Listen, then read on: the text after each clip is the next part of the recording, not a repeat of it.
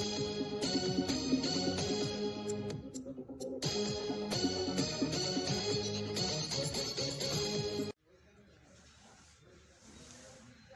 विश्व भारती से लोकेश व्यास। नमस्ते दोस्तों,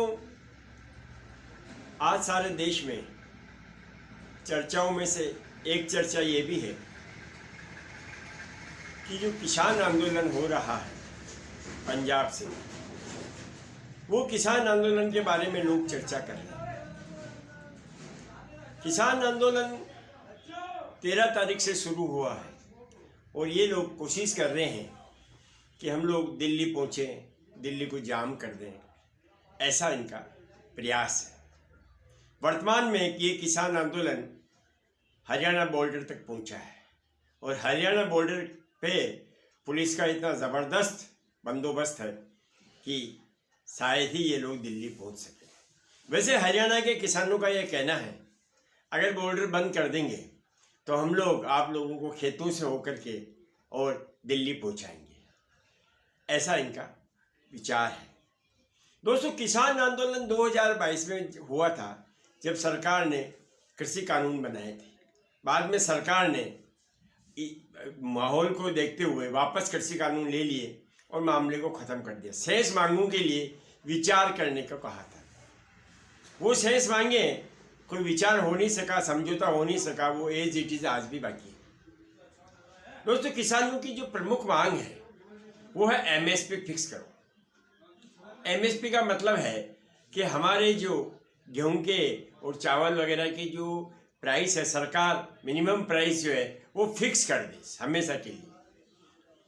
तो उससे क्या होगा कि किसान जो है वो एमएसपी की प्राइस प्राप्त करते रहेंगे।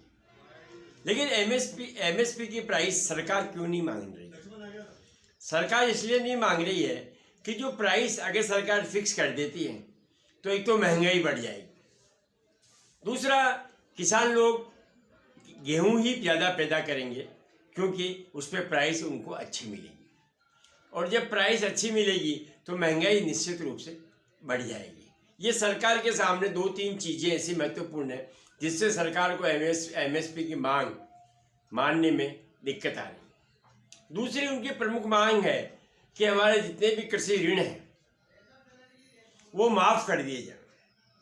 दोस्तों सोचो, अगर ऋण माफ़ करने का ही प्रावधान हमेशा चलता रहा तो फिर बैंकों का क्या होगा? बैंकों ने जो लोन दिए उनका क्या होगा? और क्या भविष्य में बैंक ऋण देंगे? और ये जितने भी किसान आंदोलन कर रहे हैं, क्या ये वास्तव में उस ज़माने में जब एमएसपी फिक्स हुआ करती थी, उस ज़माने में जब लोगों के पास पैसा नहीं हुआ करता था तो सरकार फिक्स करती थी ताकि किसानों को लाभ हो और किसान जो मेहनत करते हैं उसके प्रतिफल मिले। आज वो स्थिति नहीं है। आज पंजाब के किसानों के पास बड़ी बड़ी गाड़ियाँ हैं, आज पंजाब के किसानों के पास महंगे मोबाइल हैं, आज पंजाब के किसानों के पास सब दृष्टि से बड़े बड़े बंगले हैं। फिर भी किसान अपने ऋण माफ़ कराना चाहते हैं, फिर भी किसान चाहते हैं कि हमारी रेट बढ़े। तो क्या ये न्यायोचित है? इस बारे में आप और हमको सबको विचार करना चाहिए। दूसरा, आप देखिए किसान आंदोलन करने का समय क्या चुना गया है। वो समय जो चुना है उसका एकमात्र कारण लोकसभा चुनाव आ रहे हैं।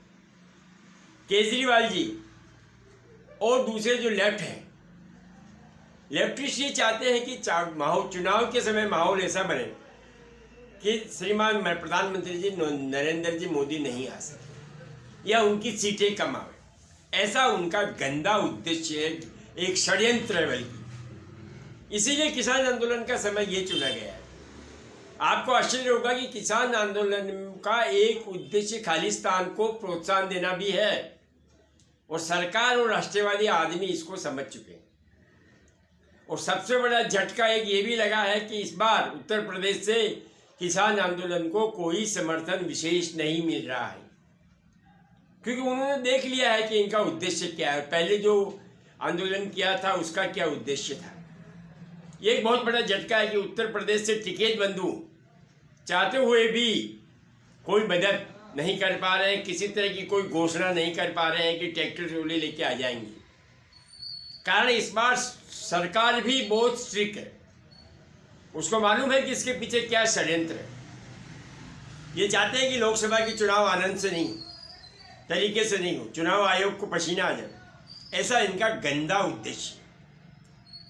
जो राष्ट्रवादी किसान हैं उनको सोचना चाहिए कि क्या ये आंदोलन उचित है। अगर नहीं है तो राष्ट्रवादी किसानों को खुल करके देश के हित में इसका विरोध करना चाहिए। केवल क्षणिक लाभ के लिए देश हित को आड़े लाना मेरी नज़र में बहुत बड़ी गलती है।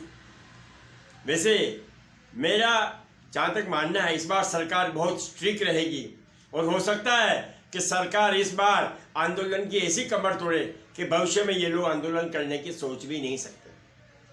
सरकार की कमजोरी इन्होंने 2022 में देखी, ये उसका फ़ायदा उठाने की कोशिश करते हैं, लेकिन ये भूल रहे हैं कि कोई भी कमजोरी स्थायी नहीं होती।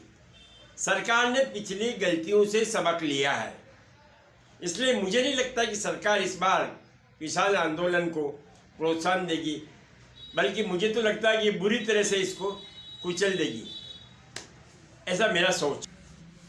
गंगानगर से किसान आने की कोशिश कर रहे हैं, हरियाणा के कुछ किसान आने की कोशिश कर रहे हैं, पंजाब के किसान तो आंदोलन चला ही रहे हैं, लेकिन इन सब का आप देखें बेक वर्तमान स्थिति, ये सब किसान अमीर किसान हैं।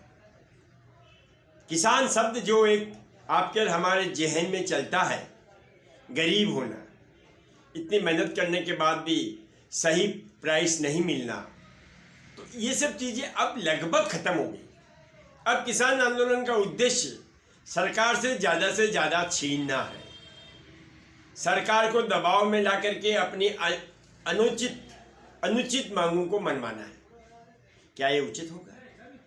दोस्तों, मैं आज के इस अपने वीडियो में इतना ही कह करके अपनी वाणी को विराम देता हूँ और आपसे गुजारिश करता हूँ कि कृपया आप मेरे इस वीडियो को लाइक करें, शेयर करें और सब्सक्राइब करें।